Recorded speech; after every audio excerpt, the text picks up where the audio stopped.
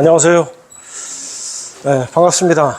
우리가 지금 이 학기를 3월 달에 개강해서 또 여러분들이 또 MT도 다녀오시고 오늘 또 이제 종강인데 그동안에 한 3, 4개월 동안 꽤 서로 간에 우리 또 과 대표님을 비롯해서 유대 관계가 상당히 많이 좋아졌을 것 같은데요.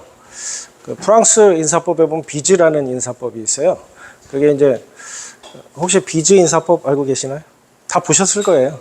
우리 김정은이가 반가운 사람 만나면 막 서로 막 끌어안고 뺨을 왔다 갔다 하고 아니면 혹은 악수를 한다던가 이런 이제 두 가지 인사법이 있는데 이렇게 이제 서로 이렇게 뺨을 비비는 것도 이 상대와의 유대감, 친밀감 이런 정도에 따라서 이렇게 왔다 갔다 하는 횟수나 접촉하는 강도 이런 게 좀 달라진다 그래요. 한 3, 4개월 정도 이렇게 됐으면 그만큼 유대감이 좀 돼 있지 않을까요? 옆 사람하고 비즈 인사법으로 한번 인사 한번 할까요? 네, 오늘 그 강의 내용은 인공지능 발전에 따른 드론 산업 트렌드의 변화라고 이렇게 했는데요. 꼭 드론 산업이라는 것뿐만 아니라 어떻게 보면 전체적인 산업 트렌드의 변화다 이렇게 좀 보시면 될 것 같고요. 인공지능 우리가 지금 많이 알고는 있지만 계속 회자되고 있지만 혹시 이 중에 AI를 본인들이 쓰고 계시는 분이 계신가요? 우리가 이제 얘기는 많이 하고 있는데 우리 이제 앞에 교수님도 말씀하셨지만 블록체인 많이 알고 있지만 얘기는 들어봤는데 사실은 활용을 잘 안 하고 있어요. 이 인공지능도 마찬가지. 이 인공지능이 사실은 나온 게 2022년도 말에 오픈 AI가 나오면서부터 시작됐는데 활용은 인공지능이 다 필요하다는 걸 알고 있지만 활용은 대부분의 사람들이 다 안 하고 있어요. 근데 제가 인공지능에 대해서 전문가라고 얘기하는 강의하는 사람들을 가서 들어보면 누가 전문가냐? 활용을 하는 사람이 전문가예요. 지금 상태에서 봤을 때 2022년도 말에 오픈 AI가 나와가지고 사용하고 있는데 현재 2년 정도 지났거든요. 지금 쓰면 내가 바로 인공지능의 가장 전문가가 된다. 이렇게 보시면 돼요. 그래서 인공지능에 대해서 잠깐 말씀드리고요. 중국의 AI 정책하고 이 산업 정책의 대표적인 거, 우리 이제 드론으로 통하는 산업 정책을 하나 말씀드리고요. 최근 들어서 그 한국의 AI 정책, 여기에 관련되어 있는, 그리고 이제 드론 관련되어 있는 정책에 대해서 간략히 말씀드리고, 이제 저희들의 준비하고 결론 순으로 발표를 좀 드리도록 하겠습니다. 인공지능인데요.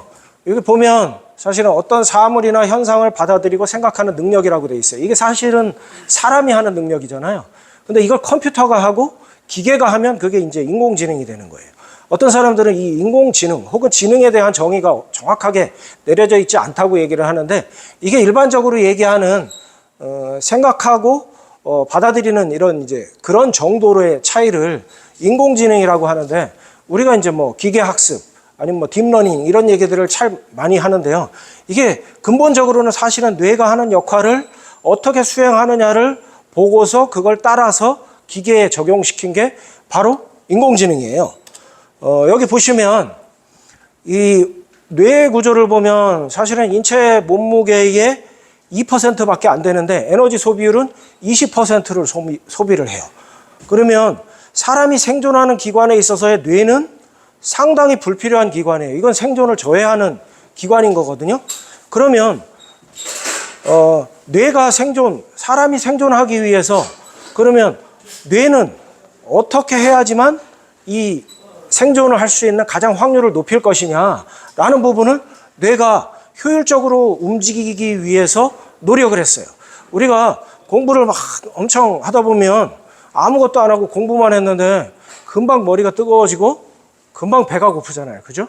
에너지 소비율이 뇌를 사용하면 그만큼 높다는 거예요. 서울대 제가 시험을 볼 때, 시험은 다 볼 수 있어요. 입학 시험은 다 볼 수 있으니까. 볼 때도 마찬가지. 공부하는 사람들은 조금만 공부했는데도 금방 배가 고파요. 그런 식으로 뇌는 자기가 수행해야 되는 그 역할을 정확하게 알고 있고 그 뇌의 가장 큰 역할이 패턴 분석이에요. 여기 영상을 하나 잠깐 보겠는데요. 이거 지금 소리를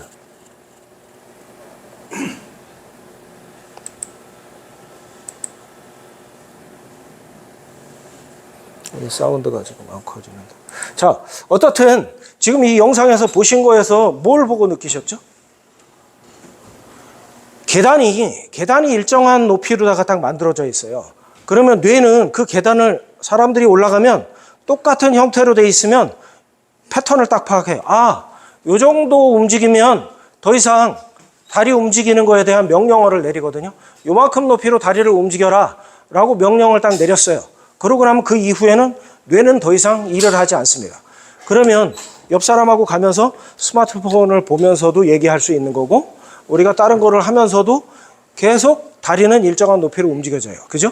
그러면서도 계단을 올라갈 수 있어요. 그런데 그 패턴이 딱 바뀌어지면 저렇게 걸려서 넘어지는 현상들이 생기거든요.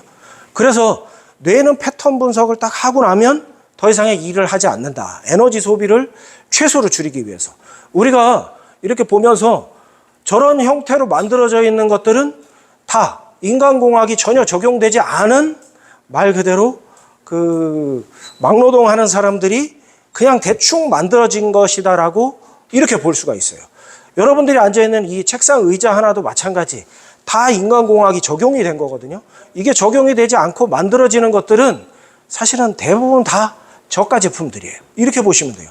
그래서 뇌는 저렇게 패턴을 분석하는 중요한 역할을 한다는 거고요. 이게 지금 나와 있는 제가 AI는 여러 가지 툴들이 너무나 많습니다. 근데 그 중에 이제 대표적으로 얘기되고 있는 AI의 몇 가지 종류를 제가 가지고 왔는데요. 우리가 얘기하는 챗GPT, 이게 이제 오픈 AI에서 만들어진 22년 말에 출시를 해서 이거에 대한 원소스가 다 공개가 됐죠. 소스를 공개하는 이유가 있어요. 그 이유가 뭘까요? 우리 픽스호크도 거기 내부에 운용되는 파라메타 값들을 다 공개를 하고 있어요. 대신에 그 픽스호크 정책에 보면 뭐라고 되어 있느냐 하면, 여기에서 어떤 내용에 대해서 코딩을 수정을 한다거나 변경을 했을 때에는 반드시 회사에다 얘기해 주도록 되어 있거든요. 이 오픈소스도 이 AI, 오픈 AI도 소스를 공개를 하면서 바로 그와 같은 똑같은 정책을 하는 거예요. 엔지니어들은, 개발자들은 본인들이 알고 있는 범위 안에서만 오류를 찾아낼 수 있어요. 그렇지만 수많은, 수천만의 유저들이 사용을 하면서 엄청나게 많은 오류들을 발견을 해내고 그거에 대한 수정 작업을 간다는 거예요. 그러면 이 회사 자체는 그만큼의 노력을 기울이지 않아도 문제점을 쉽게 발췌하고 이거에 대해서 개선을 할 수 있다. 그러면 성장률, 발전하는 속도가 엄청나게 빠르게 이렇게 변화할 수 있겠죠. 다음에 이제 나오는 게, 여기 보시면 생성형 AI, 텍스트형 AI, 추론 모델 이런 것들이 있는데요. AI의 기본적인 거는 초기 단계에서는 다 생성형, 텍스트형 AI였어요. 문자를 집어넣고 거기에 대해서 문자에 대한 결과값을, 질문에 대한 결과값을 물어보는, 답변을 하는 형태로 다 돼 있다가, 그런 이제 싱글 모달, 한 개의 데이터를 쓰는 거를 이제 싱글 모달이라고 하는데요. 그러다가 이게 지금 발전을 해가지고 멀티 모달, 이 문서는 세계에 나와 있는 한 5조 정도 이상 되는 문서들을 지금 나와 있는 현존 AI는 싹 다 학습을 했대요. 그래서 더 이상 페이퍼로 돼 있는 문서에 대해서 우리가 학습할 거는, AI가 학습할 거는 없다. 그래서 그 정보의 고갈을 지금 얘기하고 있거든요. 그런데 여기에서 페이퍼로 돼 있지 않은, 우리가 보여지는 동영상, 아니면 이미지, 음성, 이런 영상 데이터들, 각종 데이터들이 들어오는 건, 이건 데이터가 무한해요. 이런 것들을 다 같이 처리하는 게 이제 멀티모달 시스템인데, 지금 모든 AI들의 추세는 그런 멀티모달 시스템을 다 도용하고 있어요. 구글의 제미나이 같은 경우에도 23년도에 출시가 됐지만은 멀티모달을 처리를 해서 텍스트 형태로 나타내 줄 뿐이에요. 그렇지만 처리 형식은 이렇게 되고 있고요. 오픈 AI도 처음에는 그렇게 멀티모달로 처리를 해서 텍스트 형태로 나타내 줬지만, 지금은 이미지나 아니면 동영상 이런 것들도 지금 다 제공을 해주고 있잖아요. 이런 시스템으로 지금 바뀌어가고 있고요. 또 하나가 대표적인 게 중국에서 개발하고 있는 딥시크예요. 이 딥시크를 이 기업 자체가 갑자기 어느 순간에 돌출된 게 아니라, 이 딥시크, 이 중국에 우리가 이제 정책을 한번 볼 필요가 있는데요. 중국은 1970년도부터 천재 교육을 시작을 했어요. 그래서 중국에서는 천재들을 선발을 하기 시작했고요. 만인 인재를 데려오겠다라는 게 지금 중국의 정책이에요. 중국의 천재 교육은 뭐냐면 중국에서 1년에 보는 수능 인재들이 한 5천만 정도 된대요. 6천만 정도 되는데 우리나라는 수능을 1년에 한 50만 정도 봐요. 그러면 그거에 엄청나게 낮은 인구수에 비해서는 아주 적은 거죠. 그렇지만 중국의 베이징대, 칭화대에서는 이 중에 1%의 인원들을 천재들을 선발을 한다는 거예요. 매년마다 선발을 하고 있어요. 이게 중학교 때부터 중국은 하고 있어요. 그게 1970년도부터 일어나고 있거든요. 그러면 중학교 때부터 선발된 각 분야에 특화된 머리가 좋다고 해서 수학을 잘한다고 해서 천재로 선발을 하는 게 아니라 각 분야에서 얘가 이런 분야에서 잘한다. 그러면 얘를 천재로 선발을 하는 거예요. 그래서 집중적으로 그 부분을 교육을 시킵니다. 그 교육 자체가 어떻게 하느냐. 물리학상, 노벨상을 받을 정도에 되는 교수들을 매칭을 시켜서 집중적으로 교육을 시켜요. 대학까지. 모든 비용을 다 국가에서 부담하면서. 그러한 거에 대한 결과값이 이렇게 딥시크로 나타나는 거예요. AI 기업으로. 이 딥시크가 나타난 게 오픈 소스를 오픈 AI에서 공개하기 전에는 얘네들이 나오지 않았었어요. 근데 오픈 AI에서 AI 정보를 오픈 소스로 공개를 했어요. 공개를 하면서 속도를 느리게 했어요. 이 정도면 너네들이 누가 이걸 모방을 하지 못하겠지 하고 했는데 중국 딥시크에서 자기네들이 갖고 있는 GPU하고 그리고 그 샤오미에서 갖고 있는 거하고 두 개를 매칭을 해서 돌려보니까 속도가 챗GPT에서 얘기하는 그 정도의 속도가 나오는 거예요. 그러면서부터 딥시크가 아주 경량화 그리고 가성비가 높은 그런 AI로 전 세계적으로 막 자리를 잡고 있거든요. 이 딥시크라는 회사가 자본 규모가 12조 이렇게 됩니다. 이 하나의 회사에 여기에서 가지고 있는 GPU, 그 AI에 대한 데이터 처리를 하는 그 GPU만 해도 5만 대 이상을 가지고 있어요. 우리나라 1,몇백 대 가지고 있는 걸로 알고 있어요. 그것도 우리 네이버에서 일부 조금 가지고 있고 그럴 만큼 우리나라는 이걸 연구용으로 쓰기에도 부족할 정도의 숫자를 갖고 있는데 이 회사 하나 자체만으로도 어마어마한 그런 그 GPU를 갖고 있다. 그래서 금년 들어서 지금 현 정부 들어서면서 정책으로 내세우고 있는 게 앞으로 5만 대의 GPU를 확보하겠다. 그렇게 얘기를 하고 있는데요. 여기에도 사실은 여러 가지 이제 문제점들이 있는데 사실 GPU를 하나를 그 5만 대 정도의 규모를 돌리려고 하면 제가 그거를 확인을 해보니까 5만 대의 GPU가 돌아가려고 하면 아파트 한 100채 정도 되는 거에 한 570배 정도 되는 그런 정도의 전력량을 소비를 한대요. 그럼 현재 이 전력량으로 그걸 감당할 수 있겠느냐. 인프라를 다시 구축해야 된다. 우리가 UAM 얘기를 하고 있는데 UAM에 대해서 지금 수업에서 계속 많이 나왔지만 버티포트 얘기하고 있잖아요. 버티포트 건물 옥상에다가 하나 올리면은 될 걸로 생각하지만 버티포트가 하나 건물의 옥상에 올라가는 순간 그 아파트는 전력을 다 하나도 못 쓴다. 이렇게 보시면 돼요. 버티포트 하나에 거기에 사용되는 우리가 이제 일반적으로 개발되는 UAM에 대해서 30분 동안 이 UAM이 비행해서 날아갈 수 있는 정도의 전력을 충전하기 위해서는 마찬가지 아파트 한 100채 되는 그런 정도 규모의 아파트에 27배 되는 전력을 1시간 쓸 수 있는 그런 전력을 얘가 30분에 다 쓰는 거예요. 그 한 대를 충전하는 게 아니라 최소한 버티포트가 형성이 되려 그러면 한 3대에서 4대 정도의 그런 이제 UAM이 착륙을 하는 시설을 만들어야 되는데 그 UAM들이 착륙을 해서 30분 동안 전력 충전을 하면 그 건물의 전원은 완전히 다운된다. 그럼 그 정도의 버티포트를 설치를 하기 위해서는 전력 시설을 사실은 새로 해야 되는 거예요. 이런 인프라 구축이 새로 돼야 되는 부분이 있고요. 어떻든 우리가 보면 일반적으로 사용하고 있는 이 구글이나 오픈 AI에서 만들어진 이런 AI 또 그 안트로픽의 클라우드 시리즈, 이런 시리즈들 이런 것들, 그 다음에 딥시크에 이게 지금 R1이라는 게 25년도에 출시가 됐는데요. 이런 것들이 지금 AI 분야에서는 아주 핫한 분야로 여러 개가 많이 운용이 되고 있고요. AI 앱이 지금 엄청나게 많이 나와 있어요.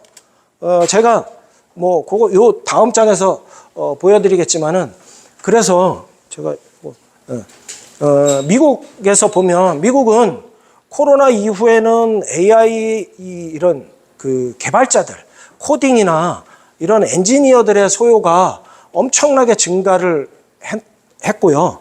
그러면서 AI 분야에 대해서 비약적인 발전을 했어요. 그렇지만 그거와 또 상대적으로 전 세계 개발자들의 99% 이상이 다 AI를 쓰고 있다. 우리가 쓰고 있는 모든 코딩 프로그램, 아니면은 엔지니어들이 쓰고 있는 이런 프로그램들을 다 AI가 지금 다 하고 있어요. 작년에 미국에서 그 대본을 쓰는 작가들이죠. 작가들이 파업을 했습니다. 왜 파업을 했느냐? 방송국에서 작가들을 안 쓰고 AI를 써서 대본을 쓰는 거예요. 그러다 보니까 본인들의 일자리를 자꾸 잃는 거예요. 그래서 전체가 다 파업을 했어요. 그래서 극적으로 타결이 된 게, 좋다, 그러면 니네들이 써라. 그러면 그걸 가지고 AI를 가지고 일부 수정을 해서 쓰겠다 해서 다시 이제 그 상황이 풀어졌는데요. 이런 식으로 세계의 모든 사람들이 다 AI를 쓰고 있다. 이것도 AI는 한 단계로 해서 100%의 답을 얻기는 어려워요. 그러면 여러 개의 단계를 거쳐야 돼요.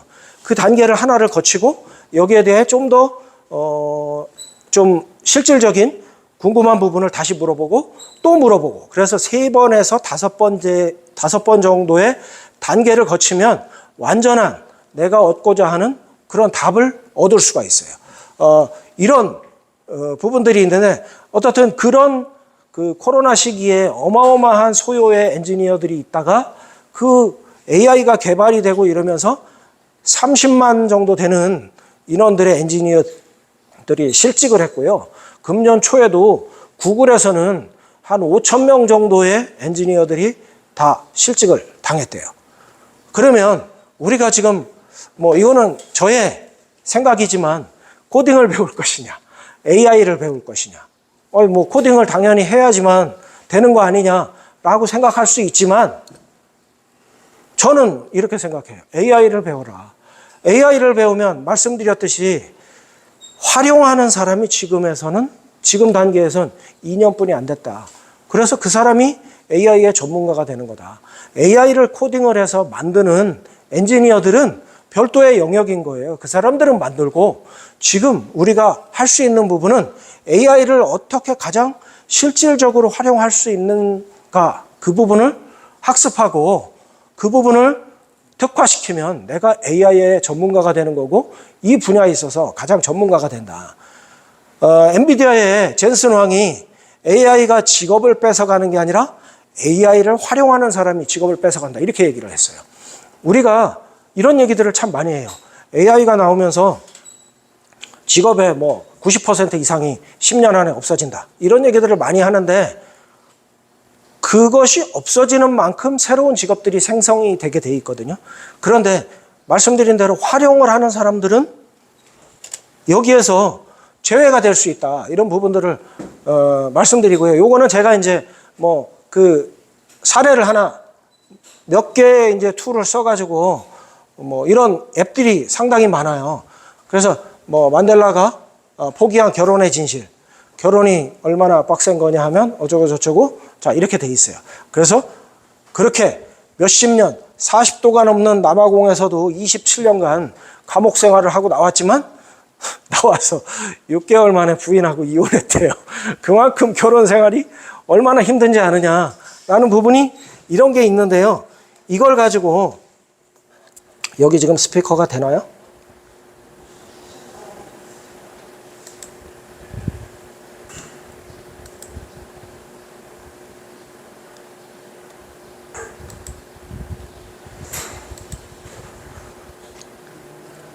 오케이, 지금 스피커가 안 되는 것 같은데요.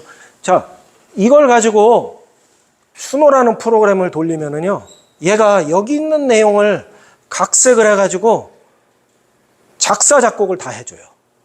컨츄리 스타일로 만들어줘. 그러면 컨츄리 스타일로 만들어주고요. 포크 스타일로 만들어줘. 그럼 포크 스타일로 만들어줘요. 그래서 노래까지 다 불러줘요. 그러니까 그럴 만큼 지금 달라져 있는 거고요. 이거는 제가 구글 그 제미나이 가지고서 문서를 집어넣기만 하면 돼요. 관련되는 연구 논문을 50개가 됐던 100개가 됐던 여기에 집어넣어서 요약해달라 그러면 5분 안에, 물론 계산하는 시간이 있기 때문에 그렇지만은 어떤 것은 몇 초 안에 그걸 다 요약해가지고 바로 이렇게 나타내줘요. 이걸 보고서 형식으로 만들어줘 하면 바로 보고서 형식으로 만들고요. 발표 형식으로 만들어달라 그러면 바로 발표 형식으로 나와요. 그런 식으로 지금 돼 있고요. 여기 지금 보시면 1년 걸릴 영화를 자기는 8일 만에 만들었다. 카메라로 찍은 게 하나도 없어요. AI 가지고 동영상을 만들었고, 소라라는 프로그램을 가지면은요, 동영상 텍스트 형태로 집어넣으면 낙엽이 떨어지는 가을 거리를 만들어 달라. 집어넣으면 바로 생성을 해서 만들어줘요. 이런 식으로 지금 AI가 엄청나게, 이건 제가 동영상, 잠깐 5초짜리 동영상을 클립스라는 걸 가지고서 만들었는데, 보세요. 사진 영상 가지고 동영상이 이렇게 만들어져요. 저런 식으로 지금은 AI를 어떤 분야에서 얼만큼 활용하느냐가 지금은 가장 전문가가 된다. 그렇지만 이 AI에 대한 폐해가 있어요. 이거는 어떤 내용이냐면 지금 이제 스피커에 나오지는 않는데 AI를 적용을 했어요. 카메라에 AI를 적용을 했는데 이 중에는 없으니까 큰 문제 안 되겠지만 이 AI가 공을 따라다녀야 되는데 이 좀 불행하게도 여기에 나와 있는 심판 머리가 대머리였어. 대머리. 이 심판을 계속 쫓아다니는 거예요. 카메라가. 그래가지고 이런 AI에 오류가 있다. 이런 부분을 이제 보여주는 건데요. AI에서 활용함에 있어서 오류가 한 7% 정도 된다 그래요.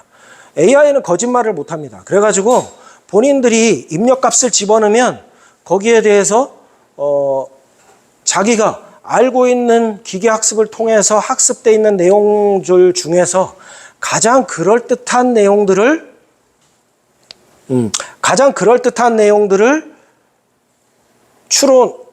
추려가지고 그거에 대한 결과값을 내놓거든요. 그래서 이거에 대해서는 반드시 검증이 필요하다. 그런 부분들이 있고요. 그런데 그게 인간이 사실은 이 코딩을 어떻게 했는지를 그걸 찾아내기는 거의 불가능하다. 그래서 지금 AI 윤리가 지금 계속 나오고 있거든요. 여기에 보시면 이건 지금 인공지능에 대해서 어느 정도까지 지금 발전해 있느냐 하면 수학 문제를 풀도록 AI한테 지시를 했어요. 근데 AI가 수학을 풀다가 중지 명령을 내리면 수학 문제 풀던 걸 중지를 해야 돼요.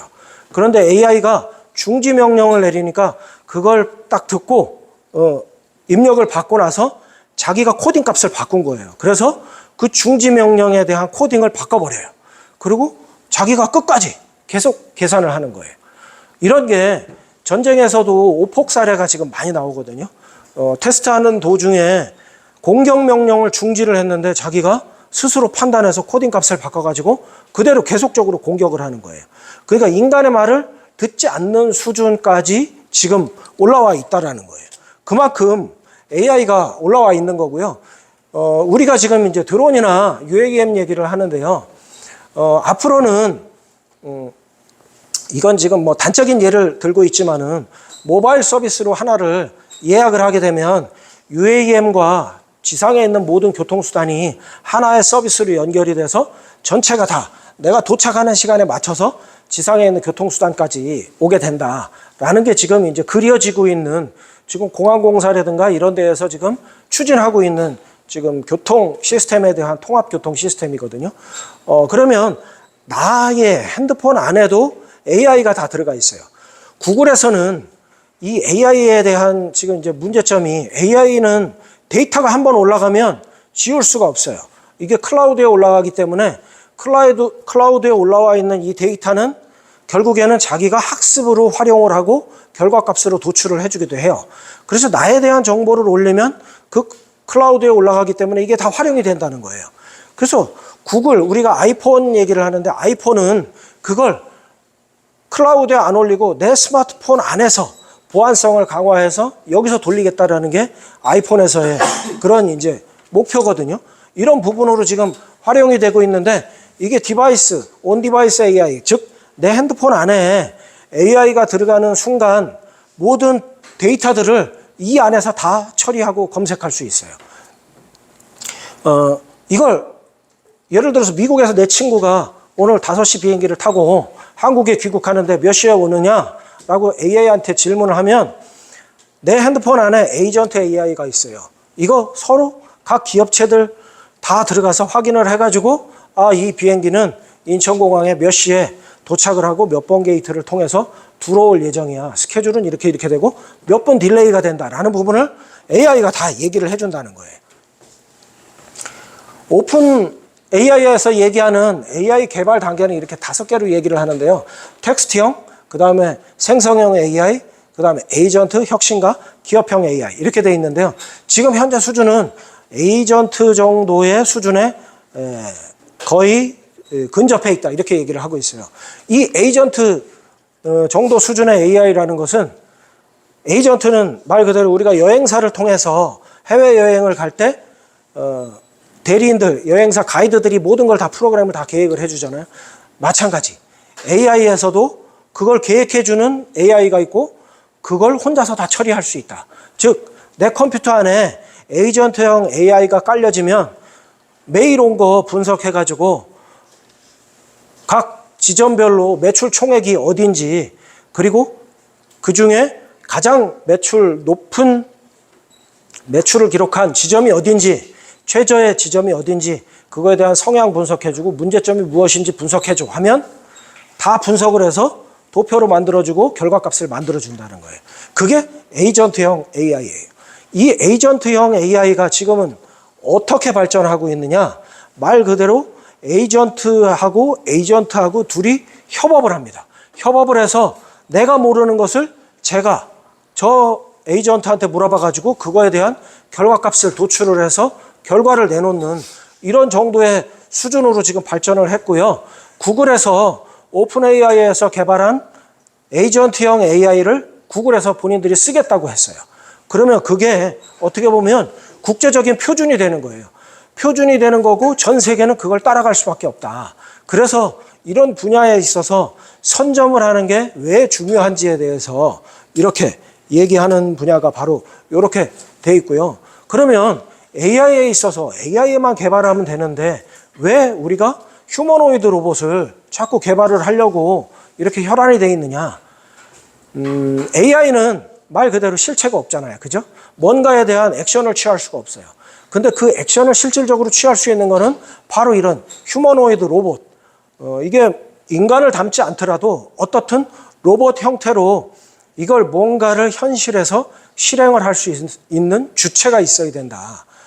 그래서 이런 주체에 대한 부분 때문에 휴머노이드 로봇을 전 세계적으로 지금 만들려고 하고 있고요. 이런 데에 지금 광분해 있는 거고 이 휴머노이드 로봇을 만들고 AI를 만드는 그거에 대한 가장 근본적인 목적은 사실은 일의 감소예요. AI를 사용함으로 해서 내가 5시간 걸리던 것을 5분 안에 다 해결할 수 있어요. 과거에는 검색 사이트를 통해서 검색을 해서 뭐 필요한 거 드론 정책이 뭐냐 이런 걸 다 물어봐야 되지만 AI를 통하면 5분 안에 우리나라의 드론 정책을 싹 다 확인할 수 있어요. 이럴 만큼 AI가 하는 역할이 엄청나게 크다. 결국에는 노동력에 대한 감소를 의미한다. 이 노동력의 감소를, 노동력을 대신을 하는 게 AI가 수행을 한다. 그러면 나의 노동력의 감소에 대한 보상은 뭘로 받을 것인가? 이건 AI가 수행하는 만큼 노동, 금전, 수익에 대한 분배가 필요하다라는 게 미래 사회에 대한 논의되고 있는 이런 이제 기본소득에 대한 얘기가 나오고 있는 부분입니다. AI가 나오면서 지금 인간은, 우리가 현생 인류는 호모사피엔스가 현생 인류의 지금 이제 시작이라고 얘기를 하는데요. 호모사피엔스는 뭐냐면 지금 스마트폰이 없으면 사람 구실을 못해요. 그죠? 제가 스마트폰, 과거에 어떤 LG가 지금 이제 그거를 사용을 안 하지만은 LG 스마트폰을 쓰니까 액정이 깨지니까 스마트폰이 아무 기능을 하지를 못해요. 근데 삼성의 스마트폰은 액정이 깨져도 터치가 돼요. 근데 액정이 깨지면서 아무 기능을 하지 못하는 한 5시간 동안 너무 답답하더라고요. 제가 기능을 못 하더라고요. 사람으로서의 역할을 아무것도 못 하는 거예요. 전화도 걸 수가 없어. 그리고 뭘 찾을 수가 없어. 너무나 답답한 그런 경험이 있었는데요. 이 호모사피엔스는 지금 현재 이제 얘기되고 있는 그런 얘기들인데, 지금 스마트폰이 없으면 사람의 구실을 못 한다. 근데 앞으로는 AI가 없으면, AI를 사용하지 않으면 제대로 사람 구실을 하기 어려운 시대가 된다. 이런 게 지금 현재 얘기되고 있는 내용입니다. 우리가 지금 드론에 AI를 많이 적용을 하고 있는데요. 이 AI라고 하는 부분이 어느 만큼까지 지금 인식이 되고 있느냐. 이 영상인식, 예를 들자면 영상인식은 사실은 어떤 데이터에 있는 단순하게 뭘 하나 들어와서 받아들여지는, 그걸 판독하는 게 아니라 여기에는 엄청나게 많은 데이터, 학습 데이터들이 여기엔 지금 누적이 되어 있는 거예요. 이런 부분들이고요. 자율비행, 우리가 쉽게 자율비행을 얘기를 하는데 지금 하고 있는 자율비행은 반자율비행이다. 이렇게 보시면 돼요. 자율비행은 사실은 스스로 경로 계획을 해야 되는 거예요. 데이터가 현존하는 영상 데이터, 장애물 데이터에 대한 것들을 본인이 다 취합을 해가지고 경로를 스스로 계획을 해야 되는 거예요. 어디 가면 장애물이 있고, 어디 가면 어떤 위험 요소들이 있고, 돌발 요인들이 있고, 트래픽이 어떻게 지금 형성이 돼 있고, 이런 것들을 스스로 판단을 해서 자율 비행을 할 수 있는, 경로 계획을 해서 비행을 할 수 있는 이런 정도의 수준이에요. 우리가 생각하는 자율 비행이라는 개념하고는 완전히 개념 차이 자체가 사실은 좀 업그레이드 돼 있는 그런 부분이라고 볼 수가 있는 거고요. 사실 드론이라고 생각을 하면, 우리가 드론 얘기를 하고 있지만, 드론은 이게 시간이 너무 빨리 가네요. 드론은 비행하는 이런 단순한 하드웨어로 보면 안 돼요. 드론에 AI가 적용되는 순간 이거에 대한 가치는 엄청나게 급부상한다.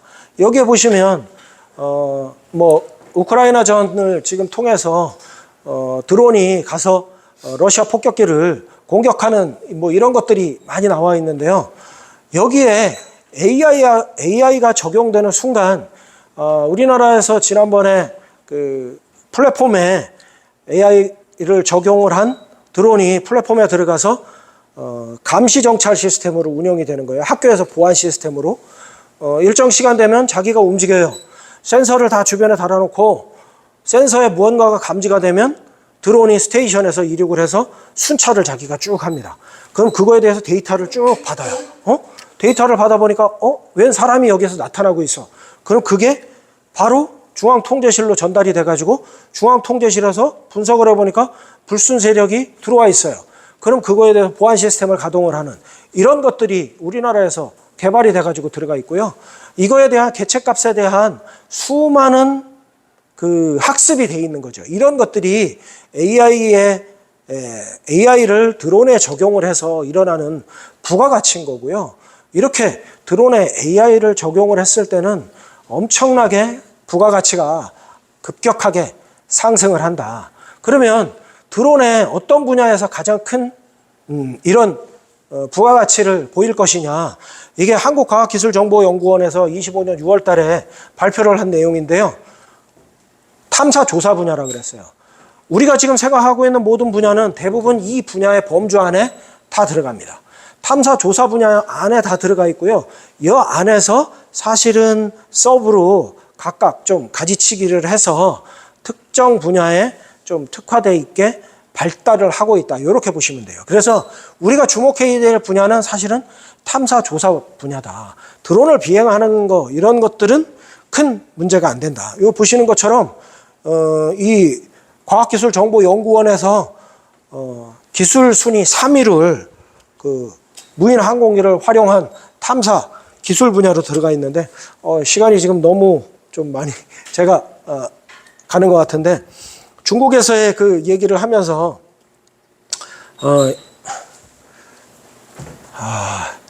중국은 이게 지금 드론 레이싱이거든요. 우리나라에서 드론 축구 지금 드론 레이싱 핫하잖아요. 드론 레이싱을 하기 위해서 중국은 어느 정도 국가에서 지원을 하고 있느냐. 얘네들 보면 초등학생도 있고 성인도 있어요. 이 사람들에 대한 훈련을 하겠다라고 얘기하면 1대1로 매니저를 다 붙여줘요.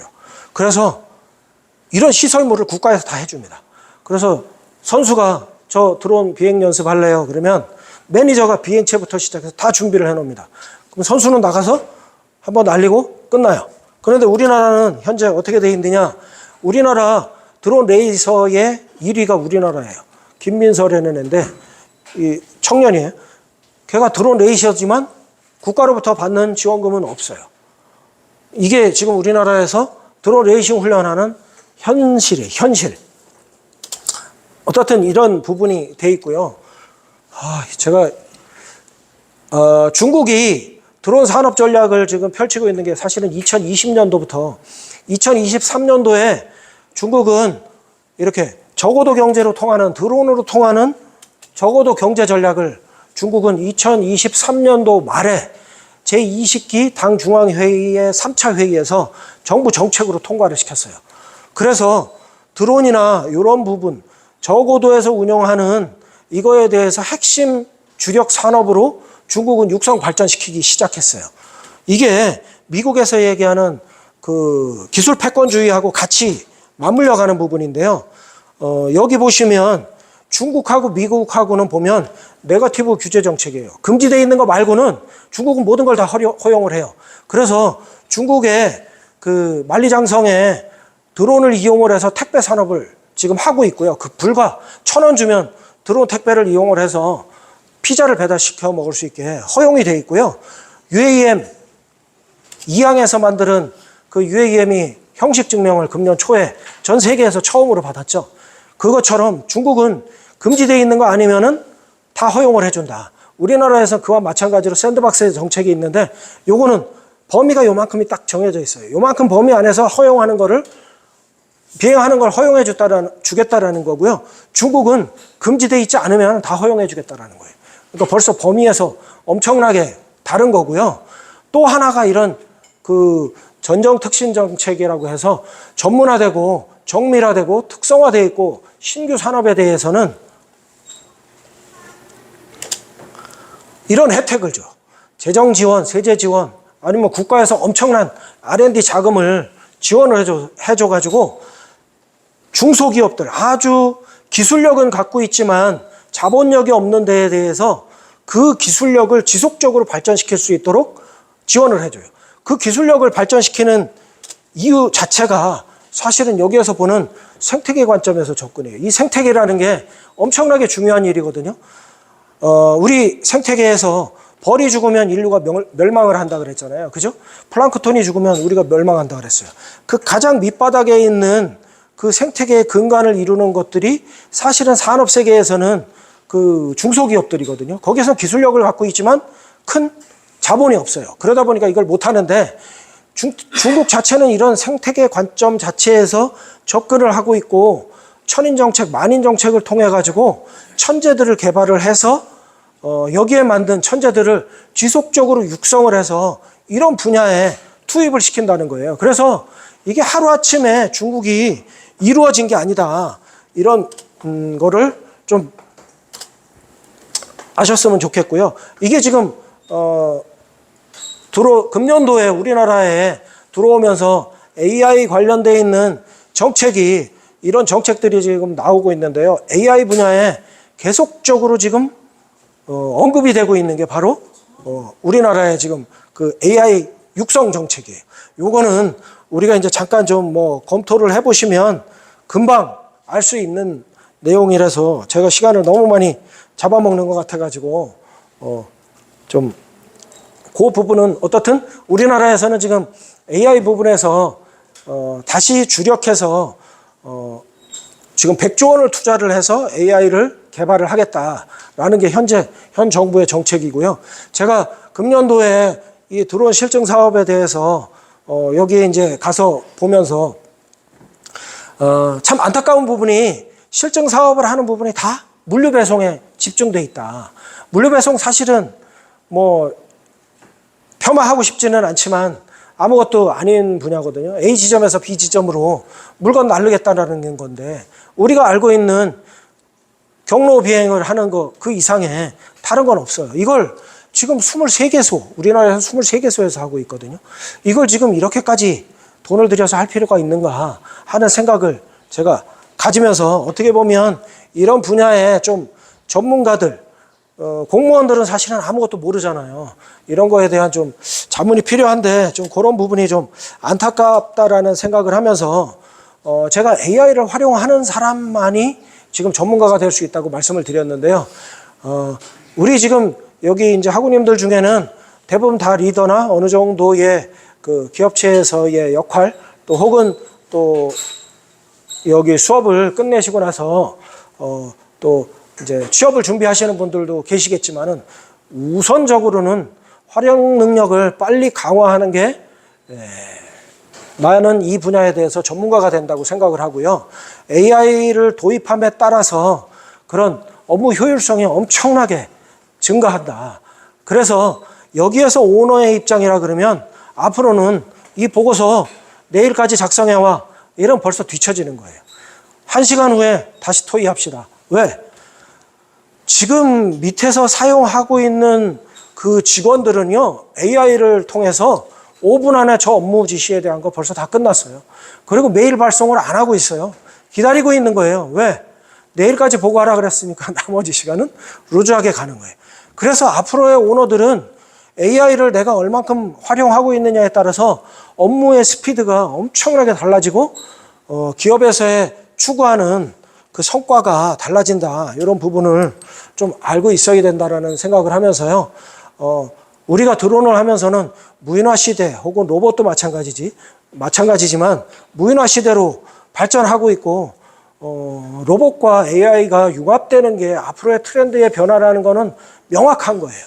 그러기 위해서는 우리가 이 부분에 대해서 가장 먼저 전문가가 되는 거고 이걸 활용을 어떻게 하느냐에 따라서 앞으로의 우리의 미래에 대한 이런 부분들은 너무나 많이 달라질 것이고 이 분야가 드론에서 우리가 어떻게 접목을 해서 사용을 할 것이냐라는 부분들이 우리 지금 드론 학과에서 비행을 하고 이런 부분들은 가장 기초적인 부분들이고 이런 부분들을 좀 많이 생각을 해야 되는 부분이다라는 말씀을 드리면서 조금은 좀 길어졌는데 제가 여기까지 말씀을 드리면서 오늘 강의를 좀 마치도록 하겠습니다. 혹시 제가